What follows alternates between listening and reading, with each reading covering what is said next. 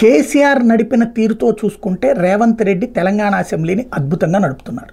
No doubt, ఇది శాశ్వతంగా ఉండాలని కోరుకుందాం. ప్రజాస్వామ్యబద్ధంగా నడుపుతున్నారు. ఎందుకు అంటే అధికార పక్షం మాట్లాడుతుంది, ప్రతిపక్షం మాట్లాడుతుంది. అధికార పక్షం ఆరోపిస్తే ప్రతిపక్షం సమాధానం చెప్తుంది, ప్రతిపక్షం ఆరోపిస్తే అధికార పక్షం సమాధానం చెప్తుంది. దాంట్లో ఆవేశాలు ఉండొచ్చు, ఆగ్రహాలు ఉండొచ్చు, ఏమైనా కావచ్చు. కానీ ప్రజాస్వామ్యం అక్కడ పరిడవిల్లుతోంది. గతంలో కేసీఆర్ అవతల మాట్లాడిన ఇలా బుల్డోజ్ చేశారు. ఇప్పుడు దాంతో పోల్చుకుంటే చాలా బాధ్యతాయుతంగా ఉన్నారు. ఆ విషయంలో రేవంత్ని అభినందించారు. బట్ సబితా ఇంద్రారెడ్డి విషయంలో మాటలు వివాదం.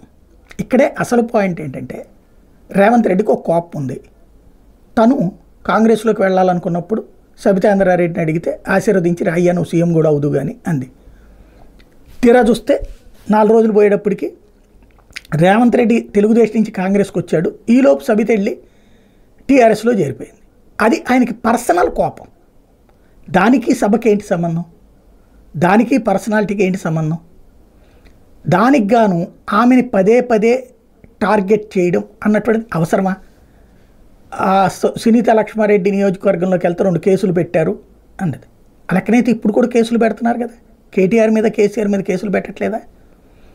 వాళ్ళు చేశారు కాబట్టి మేము అట్లాంటి చెయ్యము అని చెప్పండి. ఆ మహిళల గురించి మాట్లాడడం అనవసరమైనటువంటి వ్యవహారం.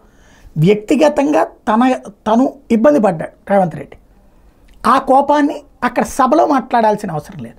అదే సందర్భంలో సబితా ఇంద్రారెడ్డి కూడా అంత సీన్ క్రియేట్ చేయాల్సిన అవసరం లేదు. ఎందుకంటే ఇదివరకు ఇదే టీఆర్ఎస్ అలియాస్ బీఆర్ఎస్ డీకేఆర్ను గురించి ఎంత దారుణంగా మాట్లాడారు కేసీఆర్, అట్లాగే ఇతర నాయకురాల గురించి ఎంత దారుణంగా మాట్లాడారు.